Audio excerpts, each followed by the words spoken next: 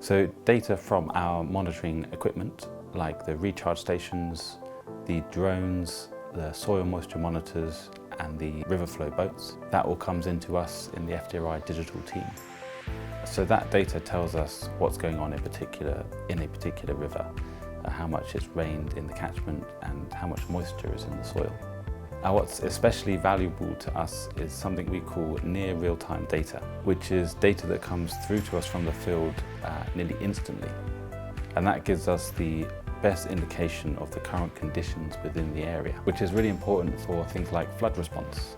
So that raw data is great, but we want to make it as usable as possible. So we put it through a process that will find the bad values. So to make that data available to everyone, we're building a new cloud-based system where they can see and use the data in the easiest way possible.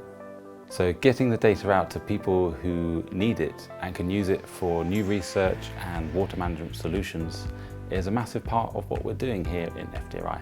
You can find out more about the FDRI project on our website.